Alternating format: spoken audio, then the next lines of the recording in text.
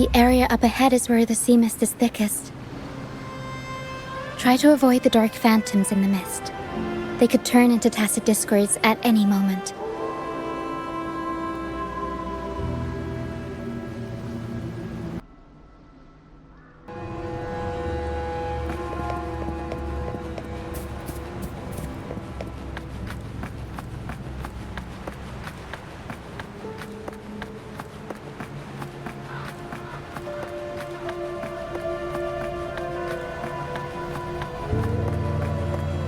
We'll improvise.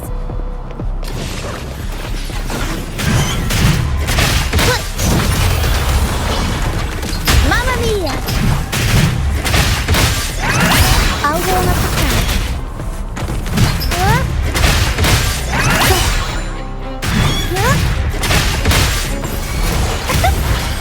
Mamma mia!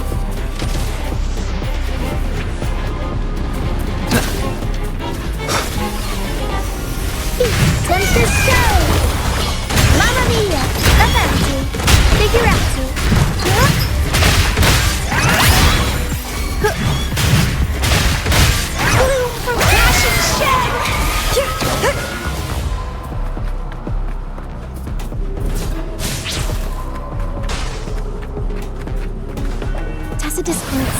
Watch out! What? I can't control my forte.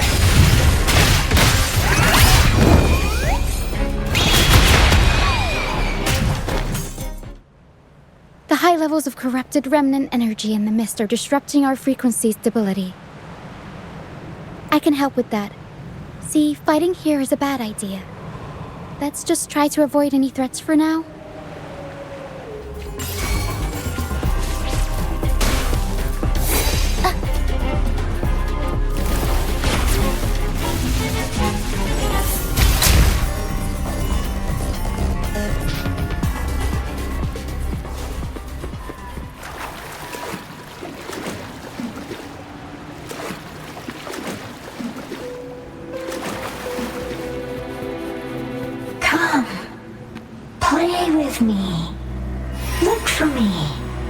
Don't worry. They're just reverberations. Protect. Come. Play with me. Look for me. I'm here.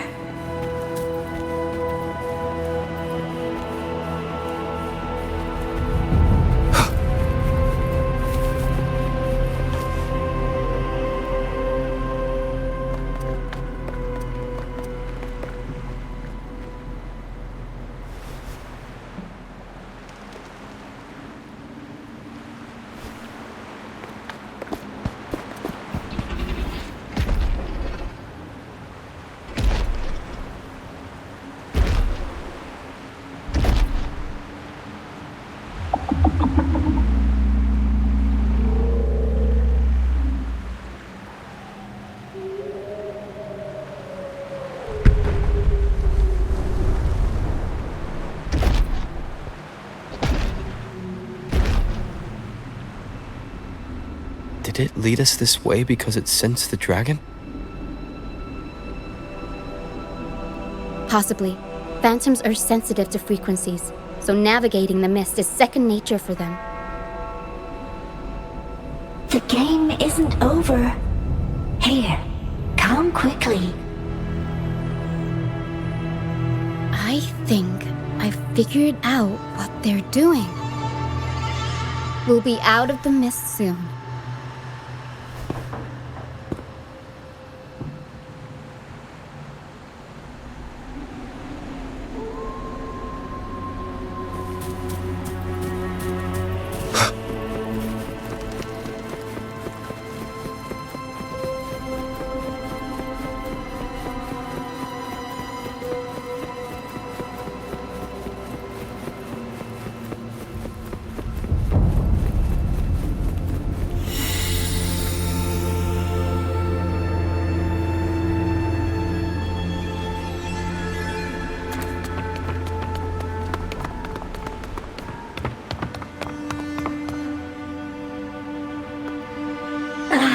Rochia, you found me.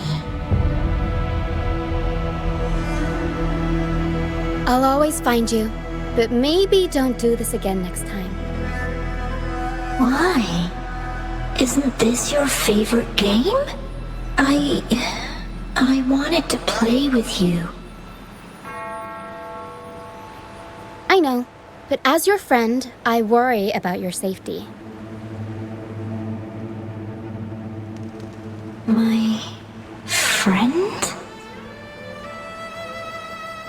Excuse me. Are you Rochia's friend?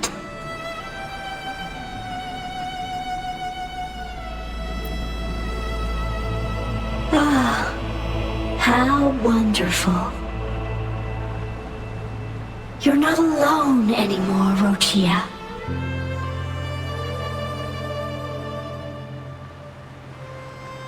Yes, I have friends now. I'm so happy for you. All is well. Fly to the high heavens. We are born free, and our souls will soar even in death.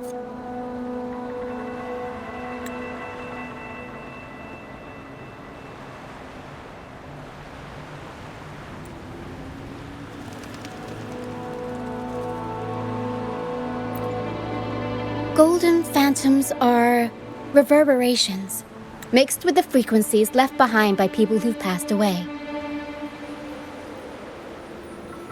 When someone dies, the reverberations linger. Usually, they merge into the same cacophony of frequencies that spawns tacit discords.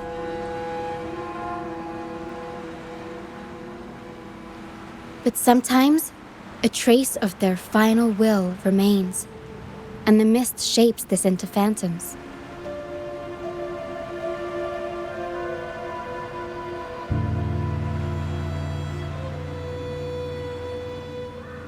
This lingering will helps the phantoms resist becoming tacit discords and instead guide the lost through the mist. If the mist clears, they'll vanish. If the mist lingers, their fate is sealed. It will only be a matter of time before they merge with other reverberations and become tacit discords.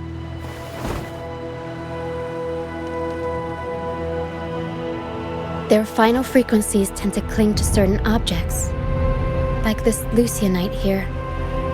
I collect them as proof that they once lived.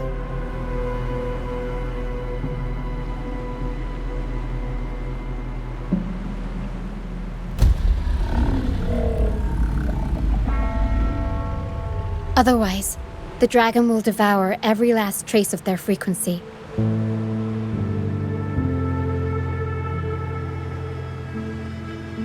The mist is thinning. That stranded ship ahead looks like...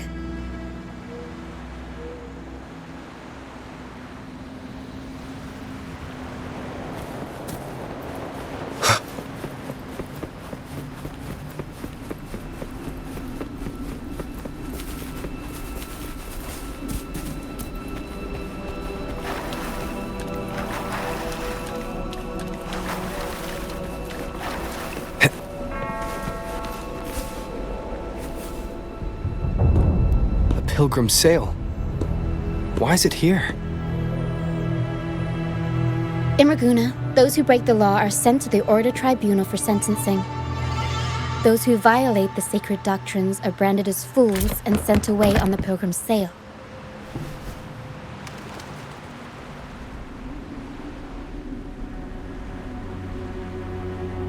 It's said that when the first dark tide ravaged Rinascita, the first Primus followed the currents on a rickety boat and met the Sentinel in person. That's where the Pilgrim's Sail tradition came from. Now the fools retrace the Primus's journey, reflecting on their mistakes along the way.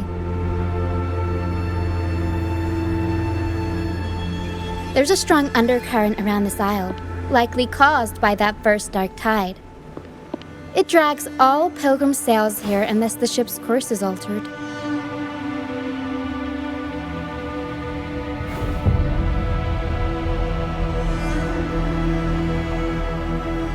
No reverberations on the ship, nor in the mist. The people must have escaped. But with the mist this thick, we need to stay on guard.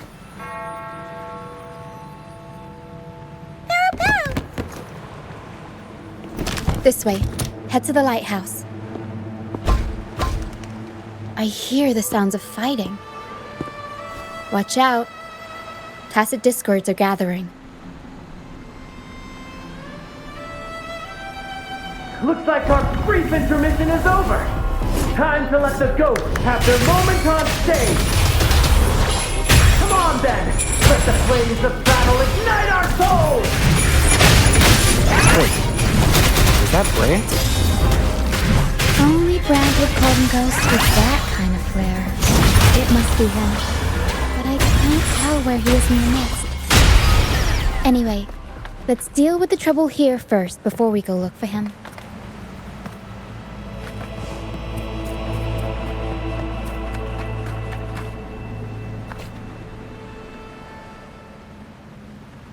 The show's over, ghosts. Time to take your final bow. Watch your back. A marvelous shot. You've earned your stripes, first mate. You're welcome. But if you tilted your head just 10 centimeters to the left, it wouldn't have been the Discord's head that got popped. It'd be yours. Not on your watch. Besides, fortune always smiles on me. Except in bets. And we've crossed paths with the rover again. Can't get luckier than that.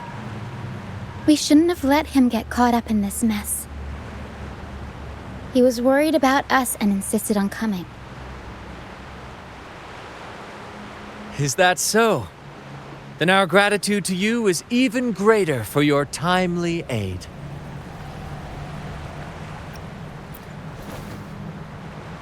To find the brightest truth, one must delve into the deepest shadows. Such bravery deserves to be hailed, my friend. Where is everyone on the Pilgrim's Sail? I was patrolling the coast earlier when I saw their ship drifting into the mist. Time was against us, so I departed alone without alerting the crew. Thank you. Don't be afraid. You're safe with us. You've got some skill, you know, holding your own for so long in the trial against the Tacit Discords. Trial? I don't buy into the Order's nonsense. I've worked hard all my life and stayed true to the Order's teachings about forsaking earthly pleasures for divine favor. And what do I get in return? Heavier taxes.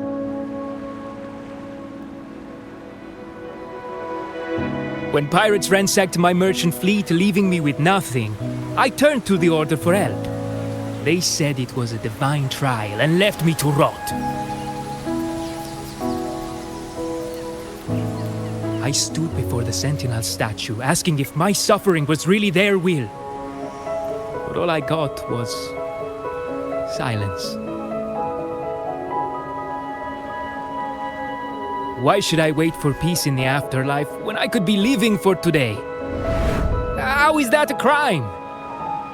As for salvation, I don't believe in it. and I certainly don't need it. Here's a proposal. How about joining our troupe?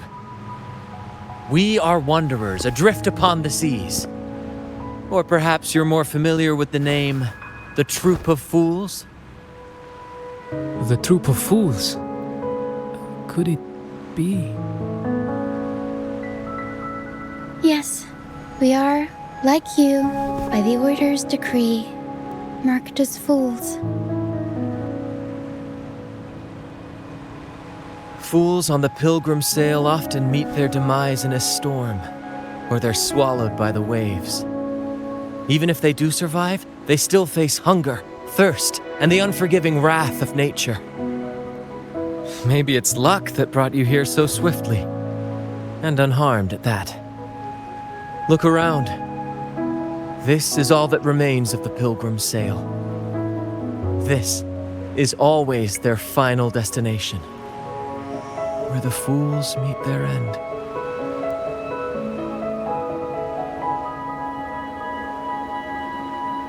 Yes, the pilgrimage is nothing but a banishment in disguise.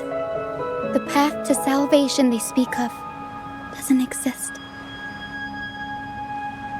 Otherwise, how could this once sacred place now look like such a hellish wasteland? Wait. Sacred place? No wonder the others were talking about it on the ship.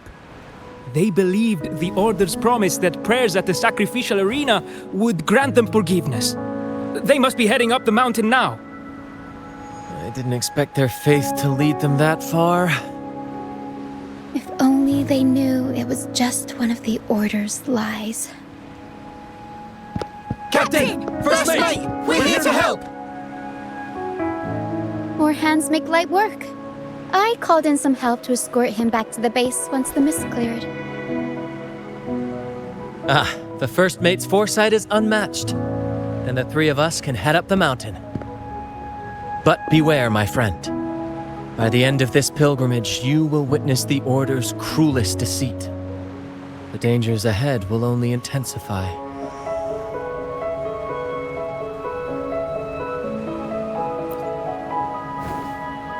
Please, save them.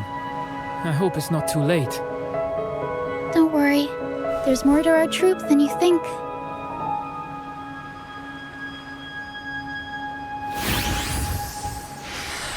This wing ray can fly us up the mountain. You two go first. You'll find I'm very convenient to bring along. All right then. All hands, prepare to ascend!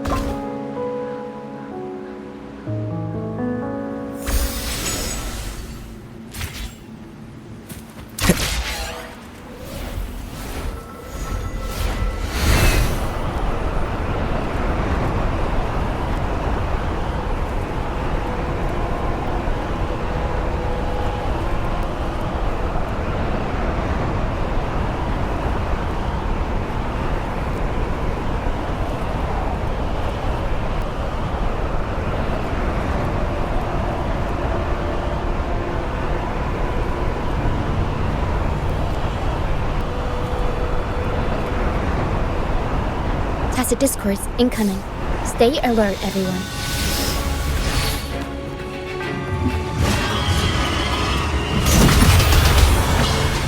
Mamma mia!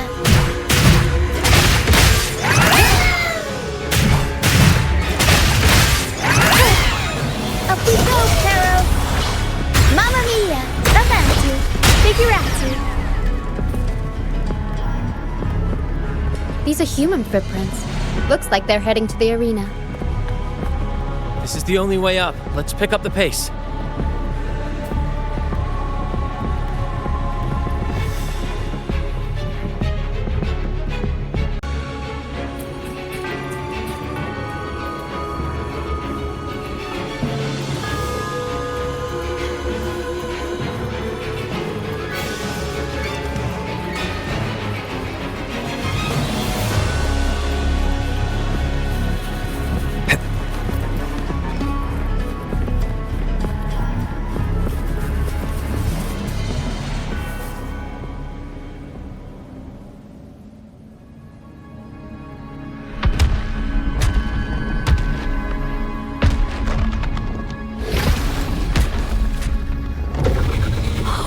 humanity above, please have mercy on me. Is this some kind of test for me? I see. No matter how harsh the punishment, I'll take it. Even if... Even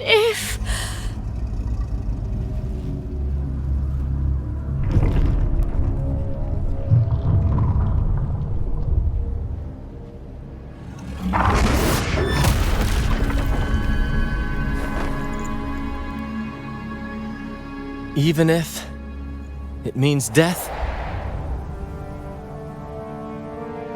We've never done anything that warrants paying with our lives.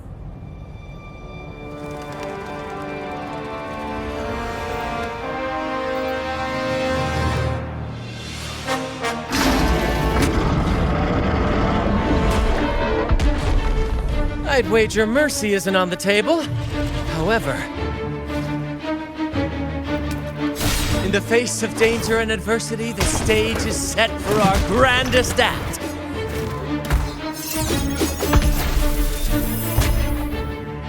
Brant, you handle the tacit discords. I've got the dragon. Of course, but with all due respect, shouldn't the captain be the one giving the orders? Just playing to our strengths. Take it, or I'll spill the beans about your wine stash. Why, aye. It's time to pay for what you've done, Dragon of Dirge.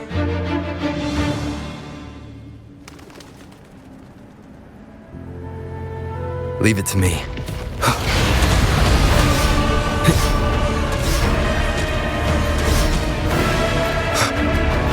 One with the sounds. Tempter Stone!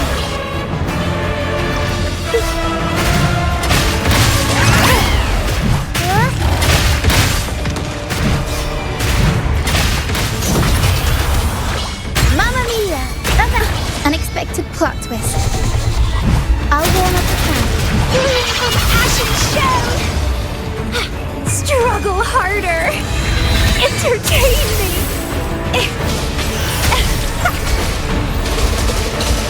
It's getting fun. Vitality sour!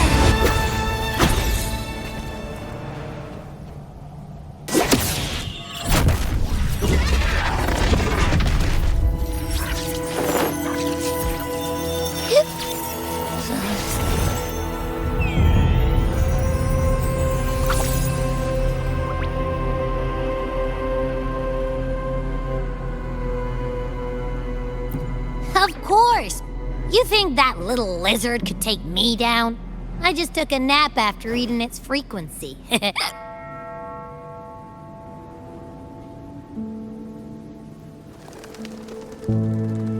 But seriously, that was close. The fire it breathed almost singed your hair. Good thing I was here to back you up. As soon as I realized it was a tacit discord, I went for it and ate its frequency. Piece of cake. But I gotta say, it was a pretty hefty bite. I swear, I chewed it up, but it was hard to swallow. It wasn't the taste, you know? More like my digestion's been a mess lately.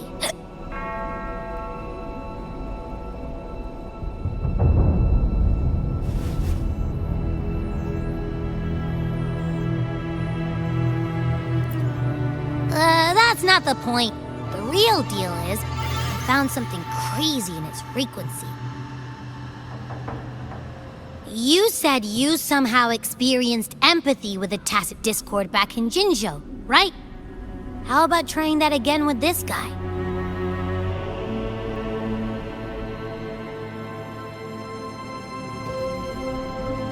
Trust me, this could be our big break.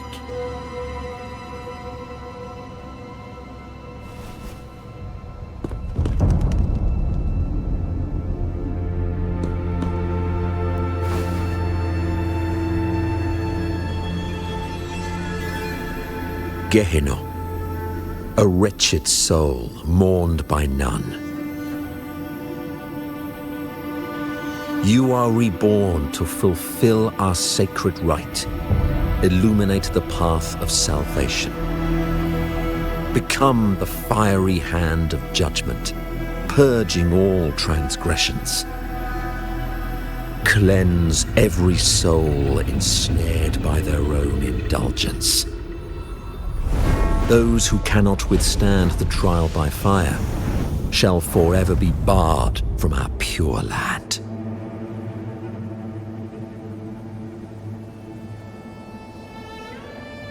See?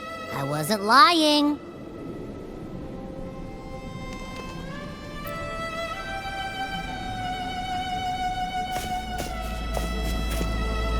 Tacit Discord's frequencies are perpetually fading, inching toward their end.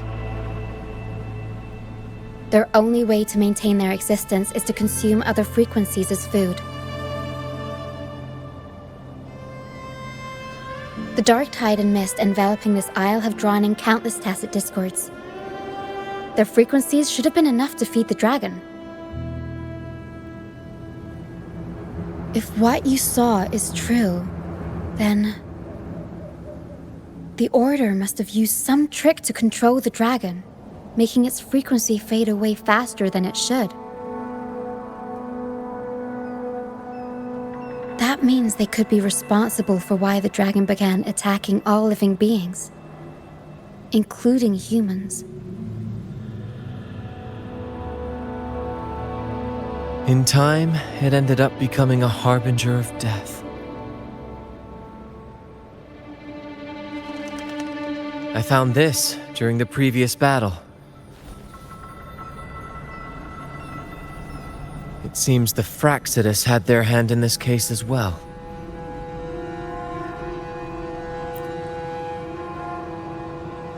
So you know them too. Seems we have much to discuss. Our troupe usually earns a living by performing on the nearby islands. Sometimes we take on escort missions for merchant ships as well. That's how we first got acquainted with the Fraxidus. At first, they were just lurking about, raiding ships. But as the Carnival drew near, their actions grew suspicious. We noticed them lingering around a certain sea. Remember Cetus the Tidebreaker?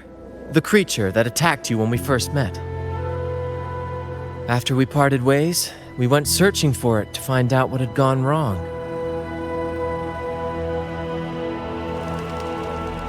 This is what we found on its tail, another Lycoris. Alas, the Tidebreaker slipped away into the deep beyond our reach. Still, this bloom leaves no doubt. The Fraxidus is behind its strange behavior. We saw what they did to the dragon. The Cetus's violent outburst must be their doing as well.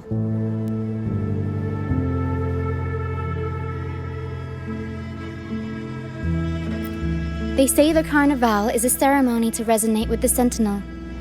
Those who claim the laurel may be graced with a miracle, a direct communion with the divine. At first, we thought you were merely a curious traveler, intrigued by the Carnival and our Sentinel. But now, seeing how far you've come, there's more to your quest, isn't there? Our troupe has always sought the laurel, and we won't sit back while others threaten the Carnival. If they're your foes, then our paths align. Remember I mentioned one of ours who once claimed the laurel? He wasn't with us when we first met. But once we reach our base, you can speak with him about the Sentinel. It won't be long now. After such an adventure, a well-earned rest awaits.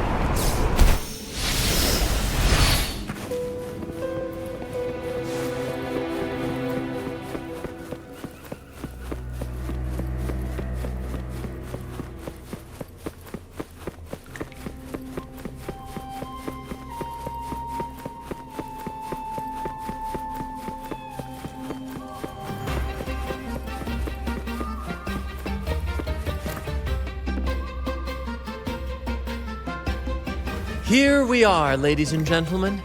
Allow me to present to you our sanctuary, a haven for all the surviving fools at the edge of the world.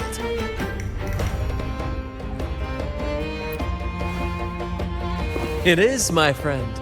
We built this place from the ground up, and I dare say it's a triumph worthy of the ages.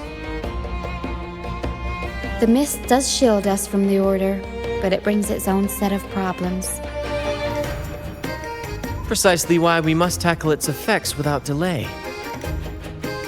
By the way, if you'd like to speak with Mr. Bardolino, our laureate, you'll find his tent deep within the base.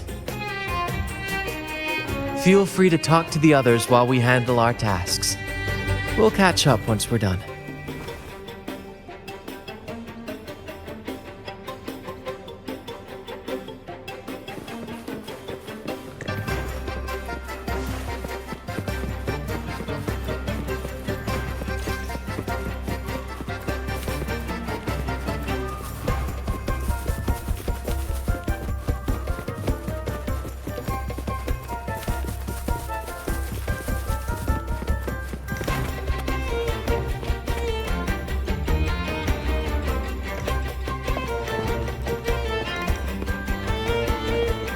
Relax, young man.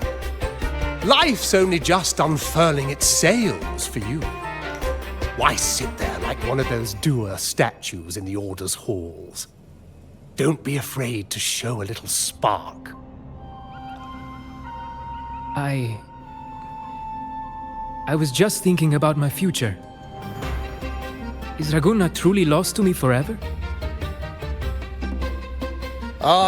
Some have found their way back, but under the Order's watchful eye. Is that really what you want? A life without freedom? Listen, you don't need a grand stage to leave your mark. A true Ragganese can turn even a ragged tent into the finest theater. That's what I'm preparing to do.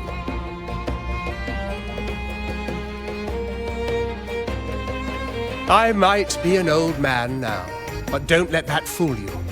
I was once crowned with the laurel, you know. You? Are you Mr. Bardolino?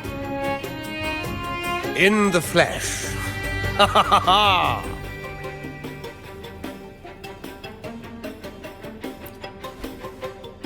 As I took my final bow on stage, a bright light pierced through the clouds, shining down from the sky. And then, a radiant laurel descended upon me, and I heard a voice. It was the Sentinel's voice, ringing in my head. I asked them a question that had puzzled me since childhood. The ultimate philosophical riddle. What should I eat tonight?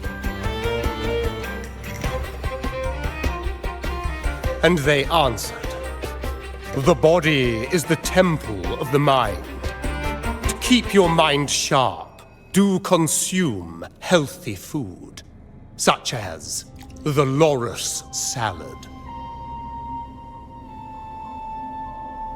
But why Loris salad?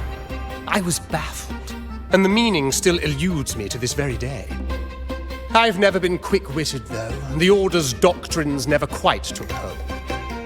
Acting, however, that is where my true passion lies.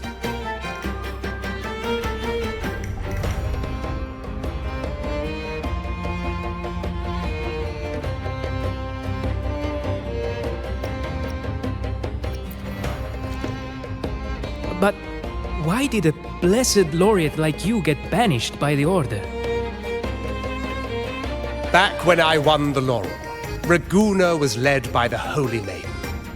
She promoted all sorts of grand celebrations during the Carnival, an unceasing tide of revelry. Stages sprang up on every corner of the city, performances dancing through the streets, and shops adorned in vibrant hues. Even on rainy nights, you could still hear music playing in the square. Some performers wove their critiques into their acts. Sharp as she was, the Holy Maiden noticed. She refined city policy with each whisper of dissent. Ah, those were the golden days, my friend. The Holy Maiden once said that if she were to leave this world, she'd want no majestic tomb or solemn funeral, but the grandest carnival as her final farewell. And then she really did leave us. The current Primus took her place, and in the name of mourning the Holy Maiden, issued all sorts of bans on the Carnival. But is that really what she would have wanted? The Order's grip tightened, and the Carnival performances were reduced to dull, monotonous shadows of their former selves.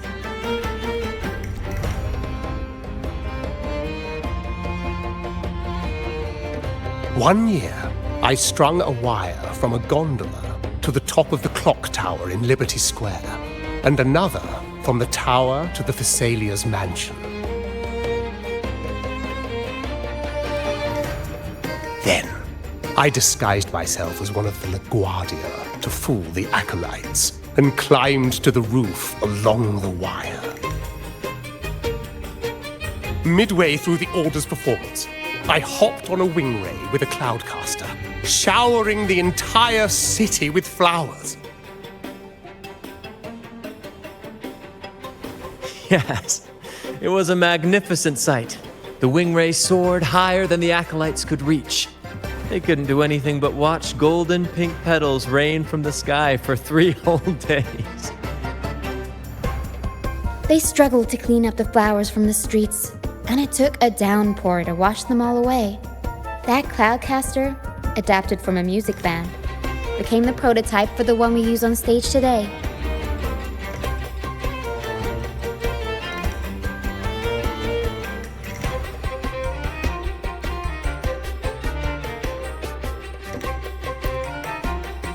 But that's all in the past. To this day, I'm still not sure what crime they pinned on me. Maybe walking the wire without protection? Anyway, I'm just an old relic now.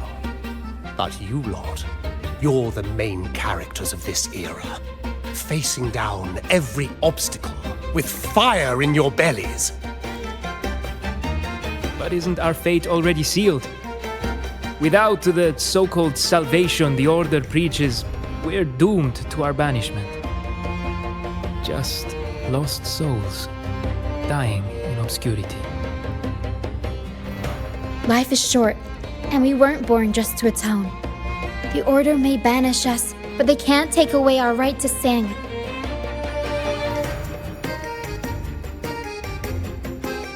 Death is one of many possible ends, but it's certainly not the worst.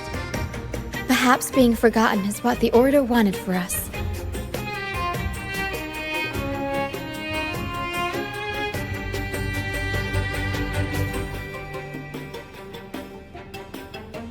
They want to erase all traces of our existence, grind us into dust and drag us into the abyss. But we'll fight the tide and live our lives to the fullest. Members of the troupe may come and go, but they never truly left us. Their deeds and songs are passed down through the ages. One day, our voices will echo across every land. Our words will reach every corner of the world. And by then, even the tacit discords in the stormy sea will know our names.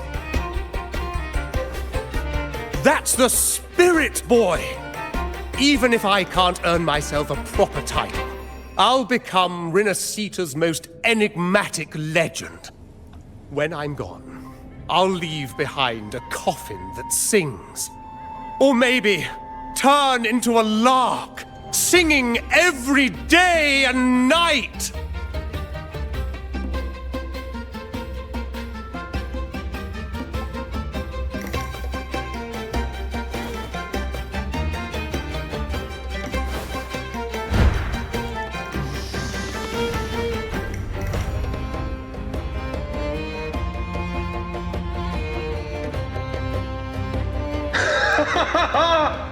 What say you, Brad? Do you like this stage design? It could be used for this year's carnival.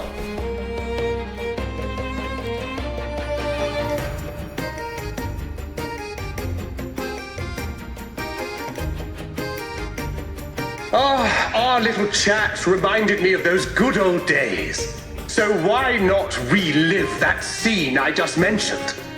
I still remember that famous line. Even without wings, we can still soar to the heavens. Now that you mention it, that is a very good question.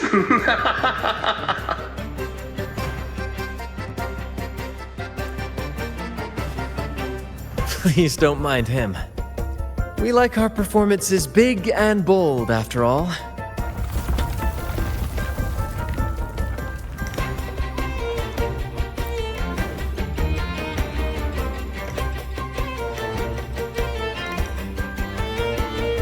That fight with the dragon probably messed with the mountain's stability. If Bartolino keeps moving around up there, it could get dangerous. We need to find a way to get him down, and fast. We might need your help with this. Tara should have some useful items in her box.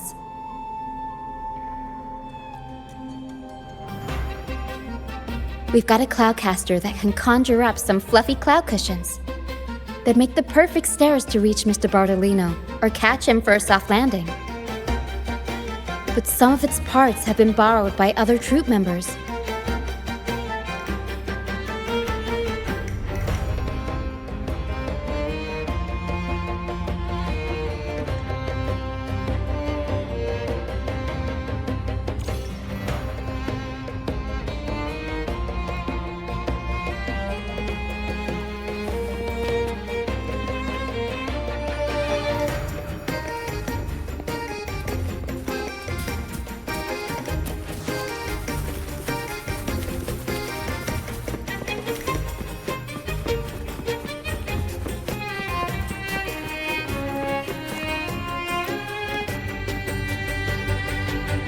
Sailors cheer as hearts ignite. Soon we'll break these chains. Oh, hello. I'm writing a sea shanty. Did you know Raguna Gondolier songs are usually in 3/4 time? Matches the flow of water perfectly. When they row, their strokes go slow dip, quick lift, which fits that rhythm. But for our troupe, we use a 4/4 signature with strong and weak beats. It's catchy and perfect for sailors to sing along to as we work together to tackle the waves. Sailors cheer as hearts ignite. Soon we'll break. Actually, boarding the Pilgrim's Sail was my choice. I used to compose hymns for the order. Sounds prestigious. But the same old rhythm and lyrics started to wear on me. Music should be alive. So, I decided to take the pilgrimage, believing I'd find new inspiration from the divinity. You probably already know what the pilgrimage really is. I was foolish to believe the order's lies. But luckily the troupe found me and brought me in. Have you seen any of our performances, perhaps? We don't do those lofty soliloquies that give you existential dread. That doesn't mean our plays are shallow. They're just more hopeful and speak directly to the heart. We do commedia improviso, a style of play that's all about those fleeting, beautiful moments of everyday life. We sing of love that endures, enemies who become allies in the fight against evil. The Order may scoff at such stories, but they're real, human stories, full of ambition, dignity, and everything that makes us human. Traveling with the troupe, I've learned to see the beauty in the small things, and I've met people facing similar and unique life struggles. Only those who walk in the fields can really see how the crops grow. It's the same with music. You can't truly know it until you've listened. That's why I'm always chatting with the crew, gathering ideas for my ballads and shanties. The true rhyme of our time. Sailors cheer as hearts ignite. Soon we'll break these chains so tight. Set the course, embrace the storm. Actually, boarding the Pilgrim Sail was my choice. I used to compose hymns for the Order. Sounds prestigious. But the same old rhythm and lyrics started to wear on me. Music should be alive. So, I decided to take the pilgrimage, believing I'd find new inspiration from the divinity. You probably already know what the pilgrimage really is. I was foolish to believe the Order's lies. But luckily the Troupe found me and brought me in. Have you seen any of our performances, perhaps? We don't do those lofty soliloquies that give you existential dread. That doesn't mean our plays are shallow. They're just more hopeful and speak directly to the heart. We do commedia improviso, a style of play that's all about those fleeting, beautiful moments of everyday life. We sing of love that endures, enemies who become allies in the fight against evil. The Order may scoff at such stories, but they're real, human stories, full of ambition, dignity, and everything that makes us human. Traveling with the Troupe, I've learned to see the beauty in the small things, and I've met people facing similar and unique life struggles. Only those who walk in the fields can really see how the crops grow. It's the same with music. You can't truly know it until you've listened. That's why I'm always chatting with the crew, gathering ideas for my ballads and shanties. The true rhyme of our time. Sailors cheer as hearts ignite. Soon we'll break these chains so tight. Set the course, embrace the storm. Sailing on till light is born. The Cloudcaster. Oh, I use its base as a desk. Our first mate lent it to me so I could write more comfortably. Here it is. Careful, it's heavy.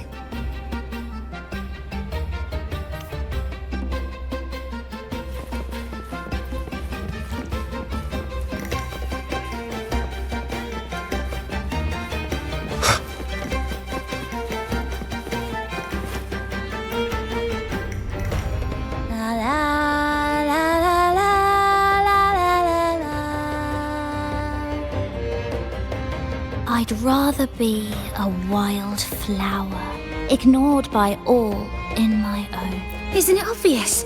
I'm practicing for the Carnival. I'm the troupe's soprano and helmswoman. Steering Rinascita's echo ship isn't just about strength. It's about resonating with the echoes. After years at sea, I've learned that some echoes are sensitive to our songs and will react to them in different ways. The Order warns of sirens lurking in the stormy sea's mists, but they don't scare me. I'll show them who the real siren of these waters really is. I'd rather be a wild flower, ignored by all in my own. Who knows? Ask the Order and they'll give you 100 reasons. I can't even remember how long I drifted on that pilgrim sail, but the Troupe found me just in time and took me in. What's past is past. It's the present that counts. Let go of the bad days and enjoy the moment. This is the way to live, I'd rather be a wild flower, ignored by all in my own. The Cloudcaster. It does ring a bell. Here, the resonance unit. It helps me find the right pitch and rhythm. Works like a charm. You should give it a try too.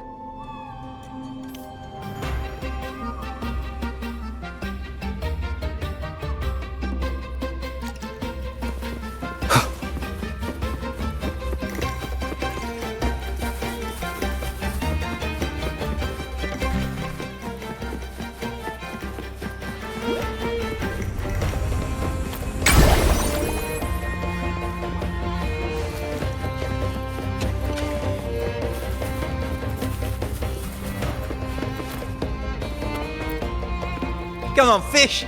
come to my net. Me? Just prepping dinner.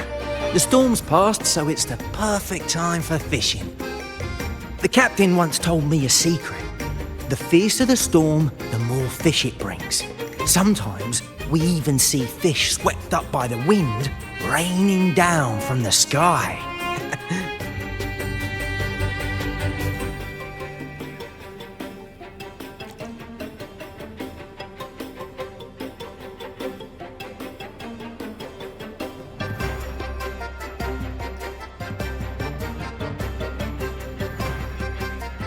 Usually, yeah.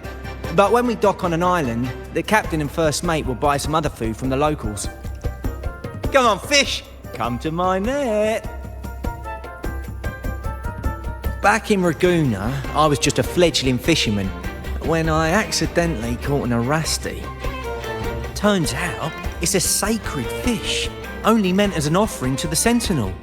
Mortals aren't allowed to catch it, but it swam right into my net. Not really my fault, was it? Though the Order didn't see it that way. They banished me out here, like tossing a fish onto dry land. Luckily, the Troupe found me. I can still fish like I used to. Otherwise, I'd probably be dead, or living as a pirate. Though, to be honest, life here ain't too different from a pirate's. Except, we're not hunting for treasure, but for smiles and cheers from our punters. Come on, fish! Come to my net! Yeah, I borrowed the reel for me fishing rod. We scavenge all sorts of stuff from the beach and fix them up as needed. Nothing goes to waste. Don't be fooled by appearances. This stuff can be pretty versatile. Good. We have all the parts now. Time to work, Pero.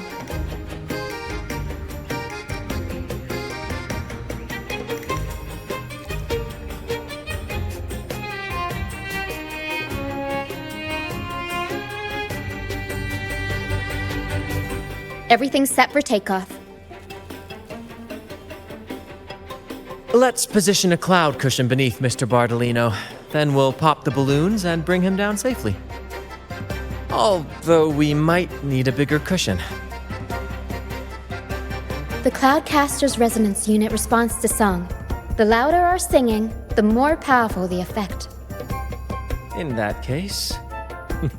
All right, friends old and new, come and join this sing-along!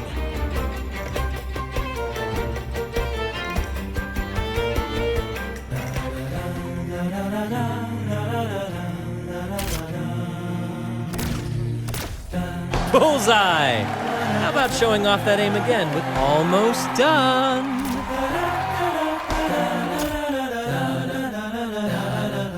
Oh, thank you, dear boy. You helped me complete this performance and fulfill one of my dearest wishes.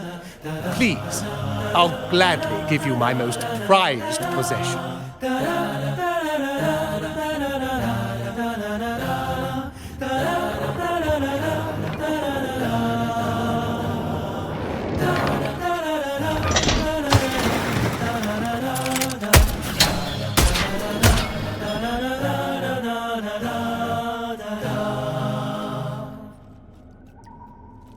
Apologies for my late arrival to such a magnificent performance. Did I miss anything? Oh my, oh my. What an honor to witness the beauty of our generous benefactor. Thank you, my lady, for rescuing this humble soul in his moment of need.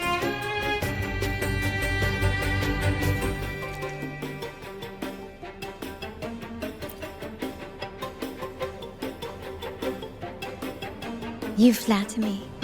The family's protection extends to all who stand by us. Might I say what a pleasure it is to see you again, Miss Carlotta. You have my heartfelt gratitude.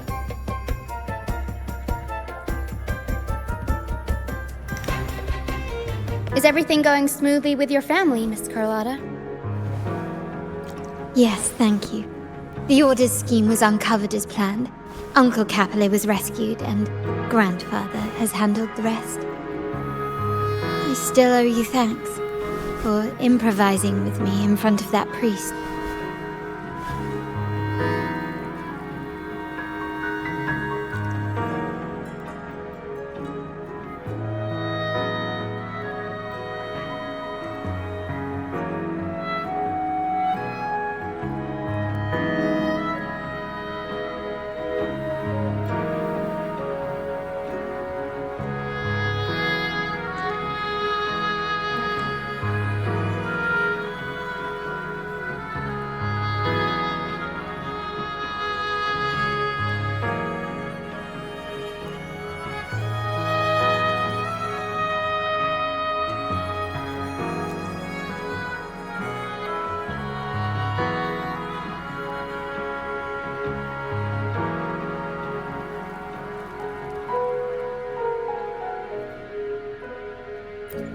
You've got a sharp mind.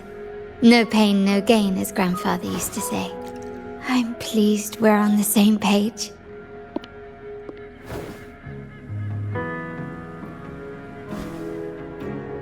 Your kindness is much appreciated. The Montellis won't forget this. In return, I'll share everything I know.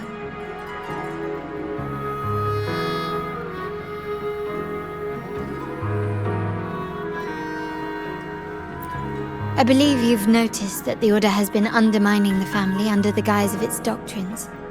Alienation, monopolization, just a few tricks up their sleeve. Their true motives, however, run deeper.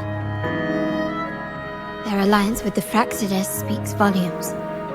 While we don't know the full extent of their conspiracy, one thing is clear. Their sights are set on this year's carnival. Carnival is likely where you'll find clues about the Sentinel.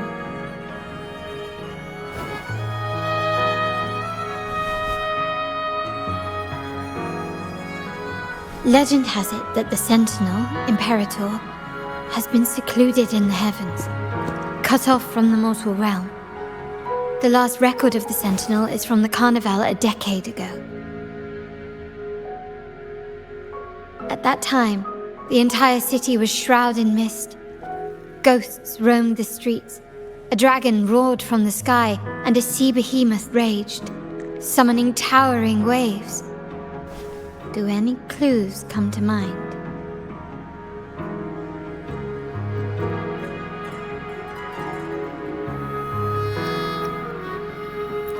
The Order has allied with the Fraxidus to control the dragon. From what I saw when I connected with its frequency, they might be planning to command it to attack Raguna during the Carnival. After the Tacit Discords took over this isle, the Order used them as an excuse to forbid any entry. It might be their way of concealing the dragon's existence. But without the Lycoris, the Dragon of Dirge is now off the table.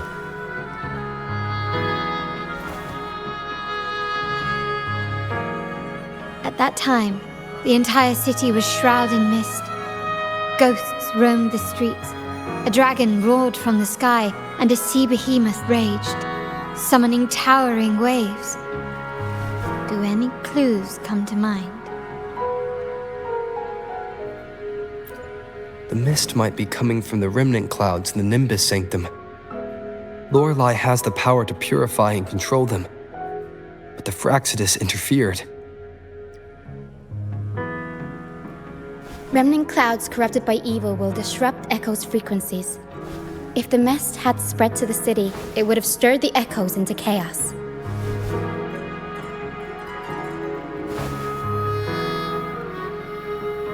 We are lucky that you and Zani, along with that acolyte, awakened Lorelei in time. You prevented the mist from spreading and averted the waveworn. The Fraxidus must still be licking their wounds. At that time, the entire city was shrouded in mist. Ghosts roamed the streets. A dragon roared from the sky, and a sea behemoth raged, summoning towering waves. Do any clues come to mind? The Montelli traders used Lycoris and experiments to turn echoes back into tacit discords. If they were successful, the ghosts seen 10 years ago may have also been created this way. Ghost is just a dramatic name given by the Raganesi for tacit discords. They look nearly identical to echoes, especially in the mist.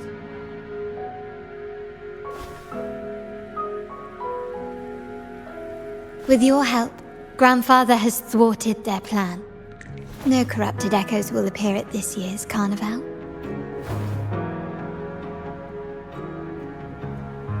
At that time, the entire city was shrouded in mist. Ghosts roamed the streets. A dragon roared from the sky, and a sea behemoth raged, summoning towering waves. Do any clues come to mind? The remnant cloud spreading, experiments to turn echoes, and the dragon's manipulation.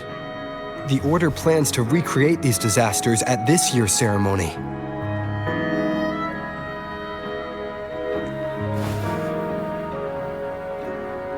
The Order and the Fraxidus are allies. To prevent the Carnival's sabotage, we must stop them. But what is their motive?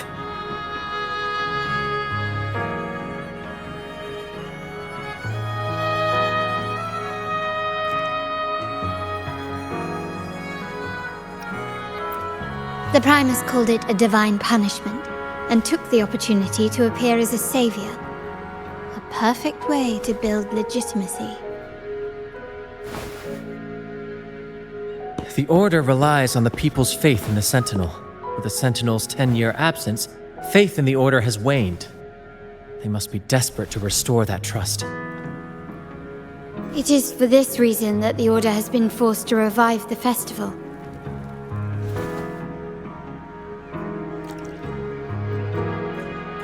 Let's consider the implications.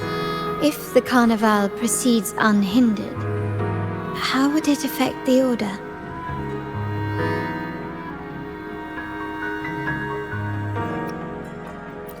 The current Primus claims to be the Enlightened One, the Sentinel's Resonator. However, based on the prophecy we found in the ruins, this role is meant for the young maiden who is destined to heed the divine oracles during the Carnival. The Carnival is the only time humans can directly communicate with the Sentinel. Normally, it's the Primus who conveys the Sentinel's words. A successful Carnival offers a chance for citizens to meet the Sentinel in person. But for the Primus, and possibly the Order, it poses a threat if they've been fabricating the oracles. To sabotage it while still maintaining their authority, they partnered with the Fraxidus. The Fraxidus will cause chaos during the Carnival, and the Order will swoop in as the saviors, restoring public trust just as they did before. So far, you've helped us crush 3 of their schemes, but one remains.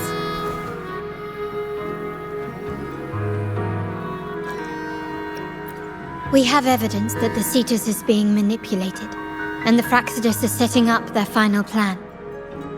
With their whereabouts unknown, we'll need to adapt our strategy as the Carnival unfolds. From what I've noticed, you're not one to act passively or pin your hopes on others. You prefer to strike first and steer events in your favor. Winning the laurel might give you the chance to talk with the Sentinel. The Sentinel's Resonator may also be present, so...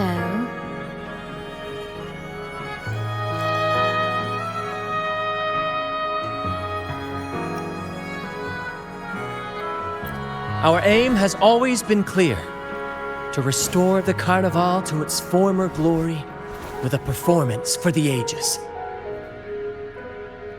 If the Divine truly exists, would they wish to see their people living without freedom? Or witness a festival twisted into a tool for tyrants? If we win the laurel, we'll show that such punishment is absurd. But if that's truly their design, we shall break those divine shackles ourselves. Whether divinity exists or not, we will fight for Raguna's freedom, where everyone has the right to live and pursue a future of their own choosing. The Montellys share this vision. Only in a free society can a fair and open market thrive.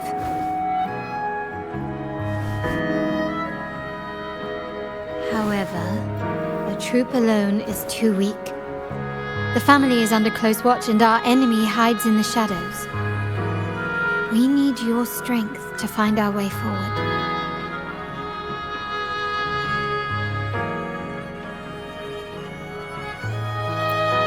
Thank you. I'm pleased we've reached an agreement once more.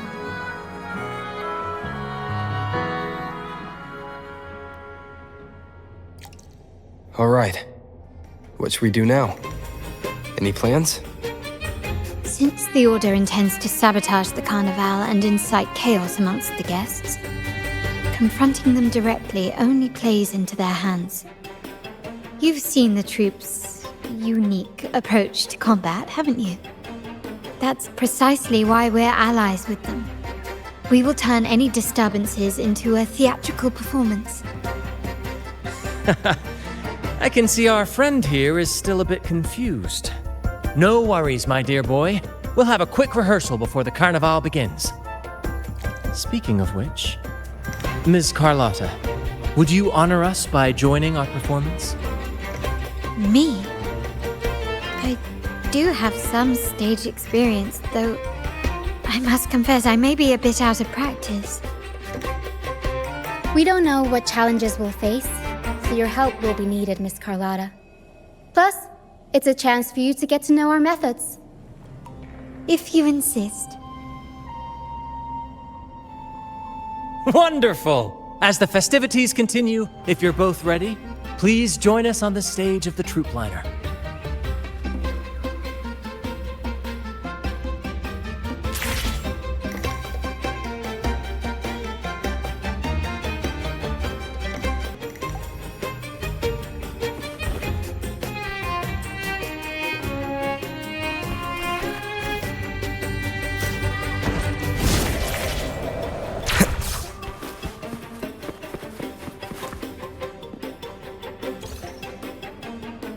Our rehearsals are rather straightforward. No scripts, just pure intuition and our senses guiding us. That's what makes Commedia Improviso truly come alive.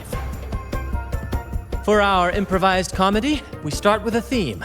From there, we build our lines and act on the fly, responding to the unfolding show and audience reactions.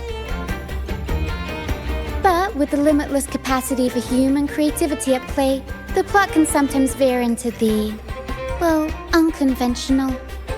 To prevent things from spiraling too far, we set an anchor for the performance.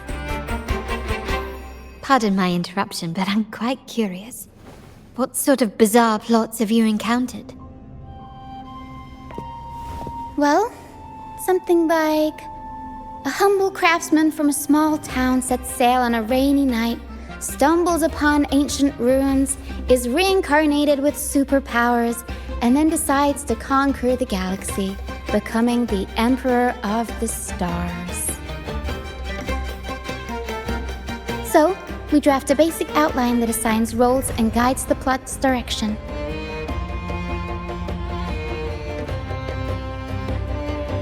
And this time, our outline is: a kingdom is attacked, monsters run rampant, and the Demon King has kidnapped the Holy Maiden. A few brave heroes accept the minister's quest to defeat the Demon King and rescue her.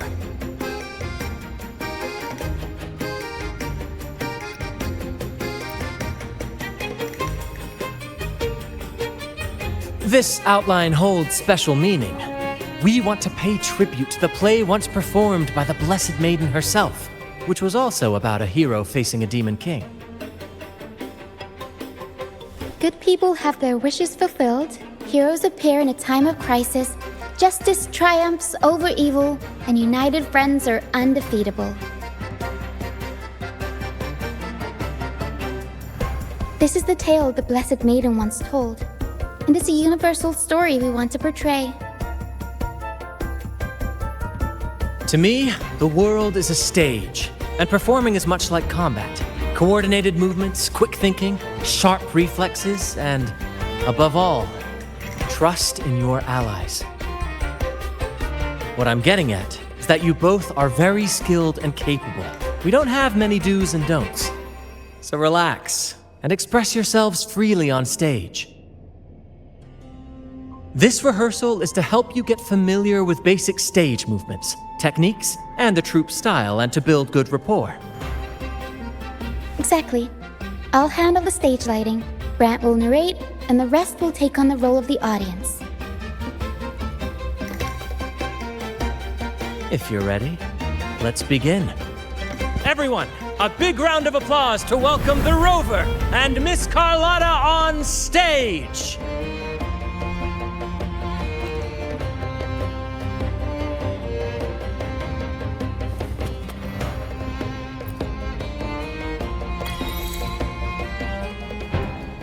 All right, next I'll spin the prologue of our tale, setting the scene for how our brave heroes first crossed paths. Once upon a time, a hero roamed the world. Undaunted by the lack of a divine vessel, he embarked on a perilous journey across tempestuous seas. Alone in the dark, a young girl of untethered spirit soared against towering barriers with wings of defiance. The winds of fate brought them together.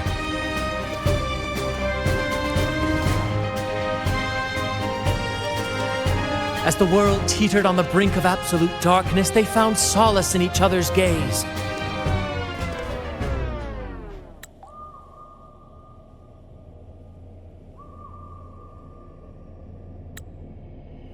Together they became unshakable allies, standing strong against the tides of fate.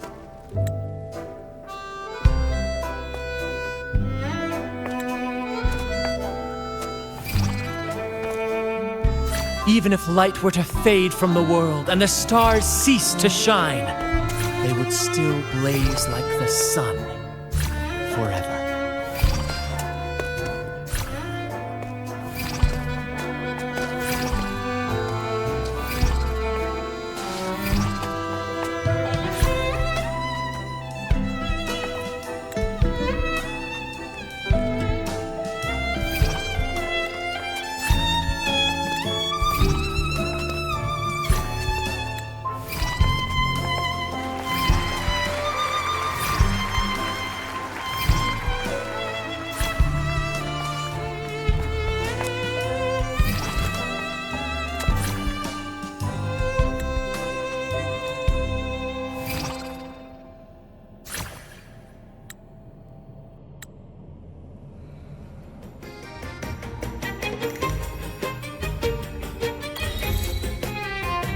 Bravo! Bravo!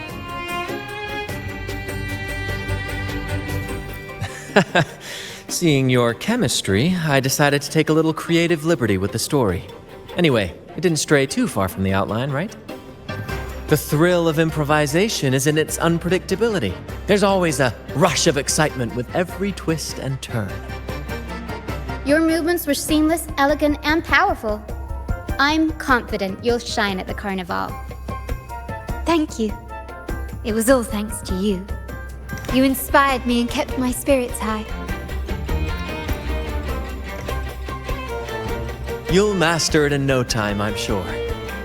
All right, that's enough for today. Let's save the grand reveal for the carnival. Oh, and speaking of which, there's still something we need to prepare for you, isn't there? You mean the essential item for the carnival performance? Don't worry. I've taken care of everything. Oh, so it's handled then. I can't wait to see it.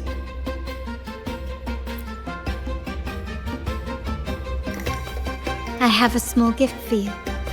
Let's head back to Ragunna together, shall we?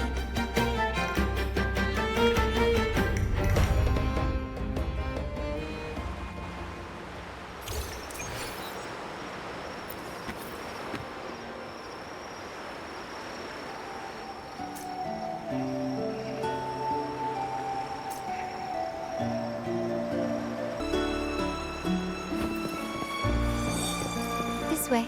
Please, follow me. Where are we going? Please allow me to keep that a secret for now. I wouldn't want to spoil the surprise. But here's a hint. You've been there before.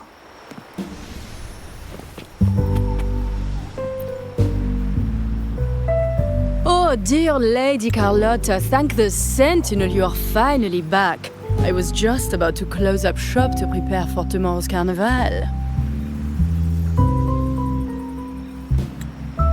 You have completed my request, haven't you? Of course, Lady Carlotta. You should have more faith in my skills. Here you are. A small token of my appreciation. Abby, I have something for you as well. Wow, really? I get a gift too? Ha, you're so nice. Ah, so that's why Lady Carlotta was so insistent on using only the finest materials and meticulous craftsmanship for this piece. For a moment, I feared she lost faith in my skills and was plotting to hand over the shop to someone else. But now I see why this little creation was so important to you, Lady Carlotta. Nyala, you do have a flair for dramatics. Anyway, why don't you unwrap it?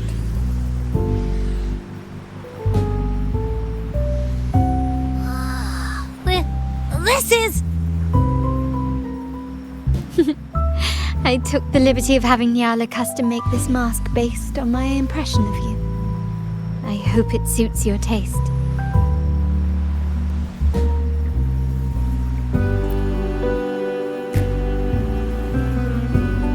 I'm pleased you like it.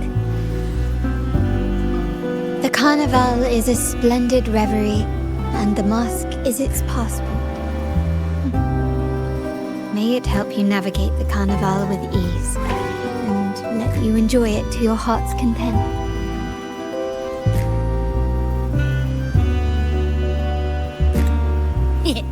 We will, for sure. May I take a bit more of your time? Walk with me through Ragunna tonight. I have some additional information to share with you.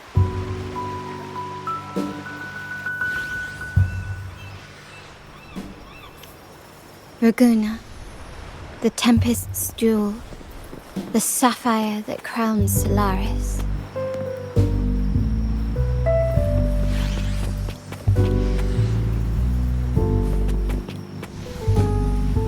The waters of Ragunna serve as a mirror, reflecting the countless faces of this city, much like our own reflections.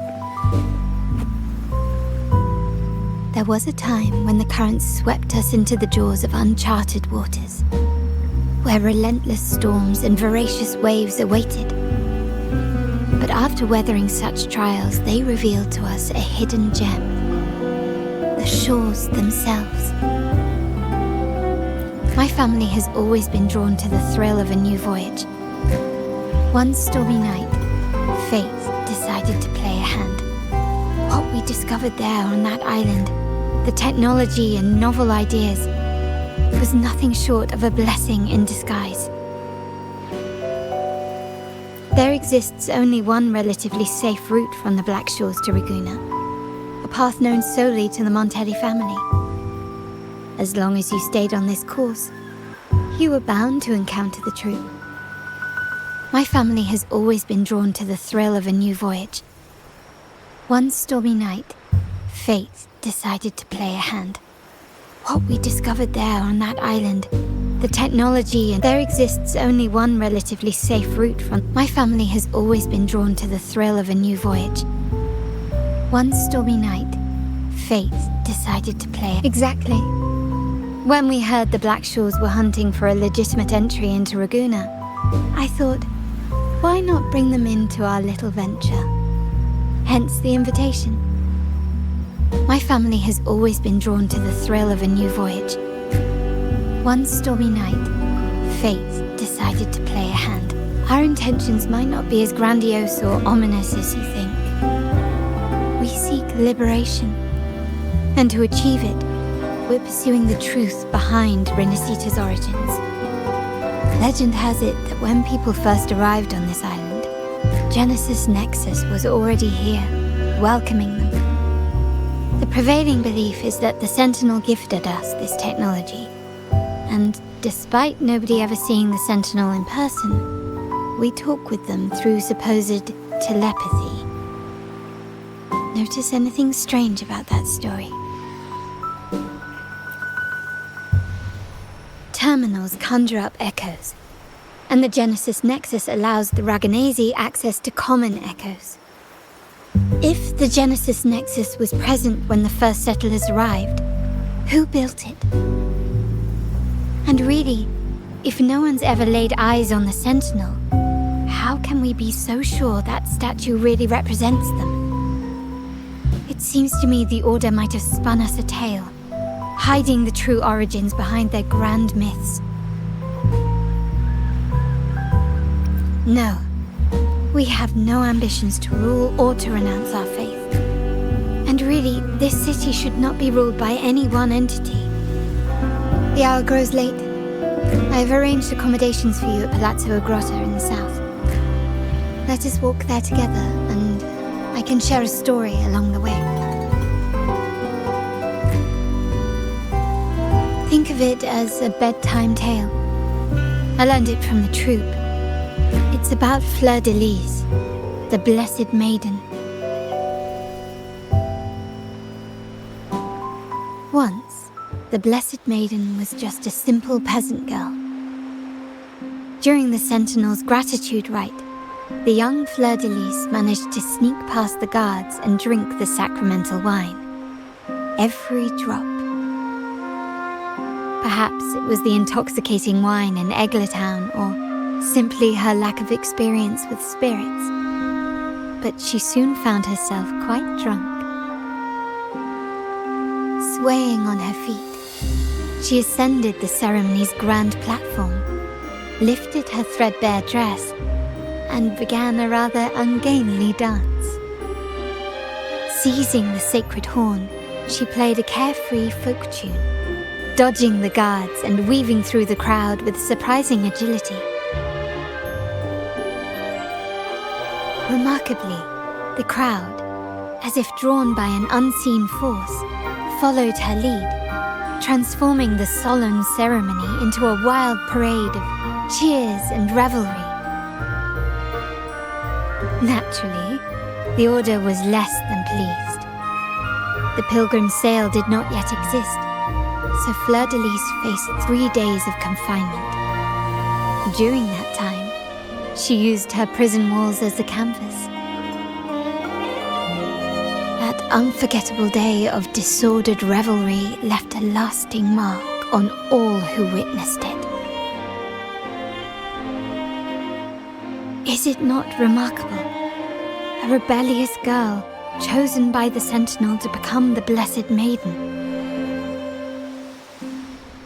If the Sentinel indeed permitted such a girl to serve as their spokesperson, it suggests that all this joyous revelry is not something they disdain.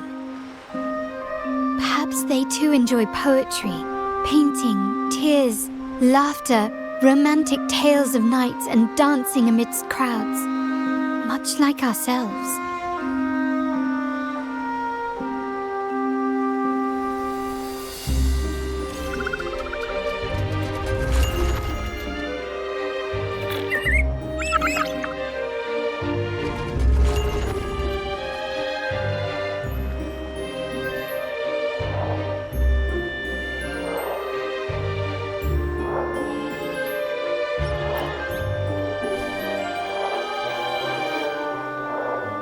The people of this island came from diverse civilizations now lost to time, but through plays and tradition, they sought to preserve memories of their heritage. In the past, while the clash of cultures led to conflict, the Raganazi united through faith. restoring balance, even if precarious. To maintain this unity, we've always needed both a sentinel and a play based on a shared legend that gives us roles. Yet this play has endured for so long that we've become defined by our roles. Noble, commoner, believer, merchant. What was meant to unite us now stifles us.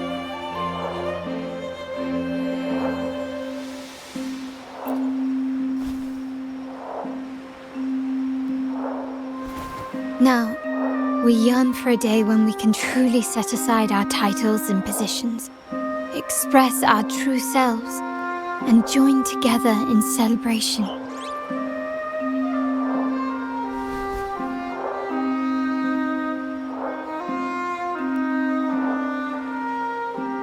Yes, born from hope and idealism, it reminds the Raganese of our initial vision of equality and freedom.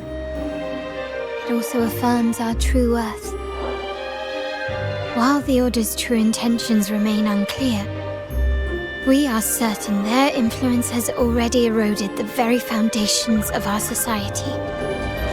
People revere the divine figure the Order has constructed, yet they also live in fear of punishment. Legends become accomplices in fostering ignorance, and faith becomes the loyal executioner of cruel punishment.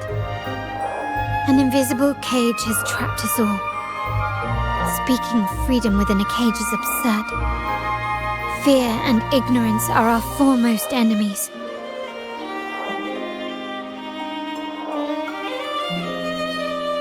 This year's carnival will spark a flame fierce enough to burn down that cage.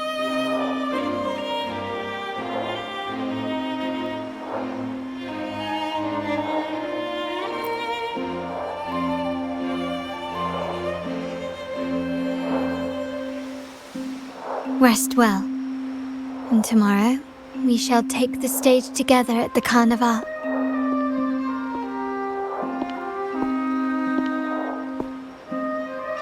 Good night. May your dreams be sweet.